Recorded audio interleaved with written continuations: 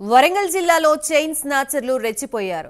మట్టేవాడలో ఇంటి ముందు ముగ్గు వేస్తున్న వృద్ధురాలి మెడలో గొలుసుని దుండగులు ఎత్తుకు వెళ్లారు. ఈ క్రమంలో వృద్ధురాలు ప్రమీలకు గాయాలు కాగా ఆసుపత్రికి తరలించారు.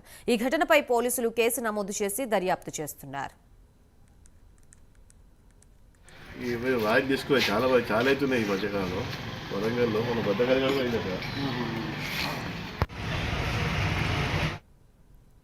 अर्ली मॉर्निंग సుమారు 5:36 మధ్య మన భోగేశ్వర స్వామి టెంపుల్ దగ్గరలో ఉన్నటువంటి ఓదెల ప్రమీల అనే పెద్ద ఆవిడ ఇంటి ముందు ముగ్గేస్తూ ఉంటే అది అబ్జర్వ్ చేసినటువంటి ఒక యువకుడు సడన్గా వచ్చేసి ఆమె మెడలో ఉన్నటువంటి పుస్తల తాడును గుంజుకొని పోయే క్రమంలో పెద్ద ఆవిడ కింద పడిపోతుంది. కింద పడిపోగానే పుస్తల తాడును తీసుకొని వెళ్ళిపోయాడు.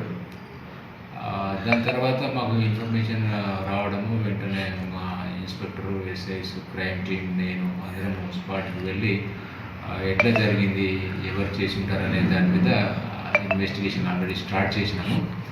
దీంట్లో ఏంటంటే ఒక అతను నడుచుకుంటూ వచ్చి అది స్నాచింగ్ చేయడము, ఇంకొక వ్యక్తి కొంత దూరంలో బైక్ మీద ఉన్నట్టుగా మాకు ఇప్పుడు ప్రాథమికంగా సమాచారం అందింది.